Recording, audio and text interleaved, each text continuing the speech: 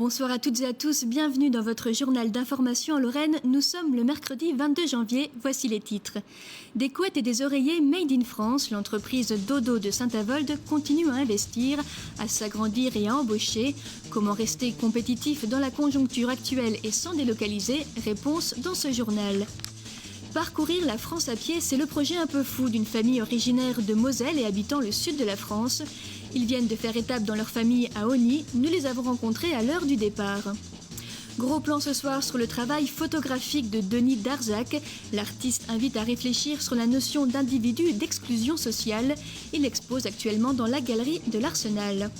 Et enfin, plongé au cœur de la nouvelle serre tropicale du jardin botanique de Villers-lès-Nancy, un espace refait à neuf qui présente plus d'une centaine de nouvelles espèces de cactus.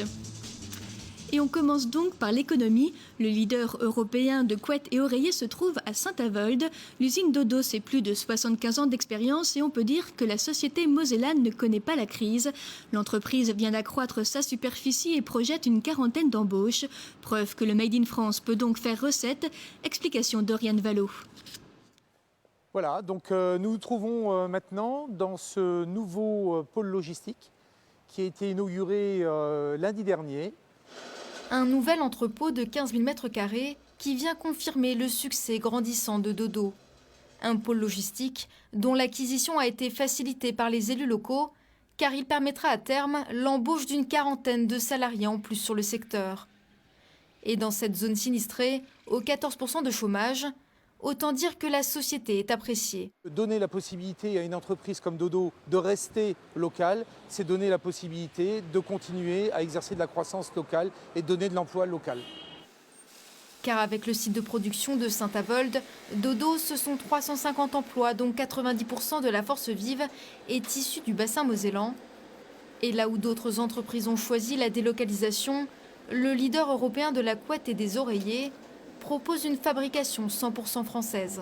Voilà une couette fabriquée 100% française avec donc une percale coton, un magnifique duvet à l'intérieur, un duvet de canard français, qualitatif, une finition impeccable et tout ça made in Saint-Avold.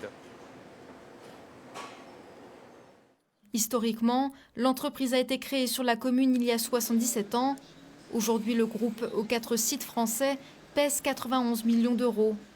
Et si le travail est moins cher à l'étranger, la société ne semble faire confiance qu'à la main-d'œuvre du territoire. En 2008, Dodo ferme son usine en Slovaquie et rapatrie toute sa production en France, et certainement pas par devoir. Dans l'industrie, dans le business, le devoir, on oublie.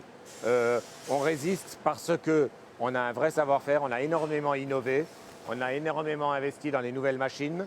On construit en permanence, donc notre investissement fait en sorte qu'on puisse rester en France puisqu'aujourd'hui la concurrence asiatique ne fabriquera pas une couette plus vite que nous ne pouvons le faire.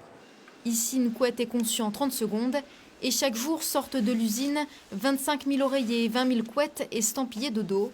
Et pour rester compétitif, le secret est dans le savant dosage mécanique et savoir-faire humain. Il y a encore une intervention humaine très profonde qu'on cherche à conserver.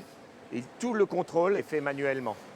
Okay. Aucun œil électronique ne verra une petite tache du niveau d'une tête d'épingle. Aujourd'hui, la pérennité de Dodo réside notamment dans son gage de qualité et de confort. Le secret également se cache sans doute dans l'innovation de ses produits de plus en plus écologiques.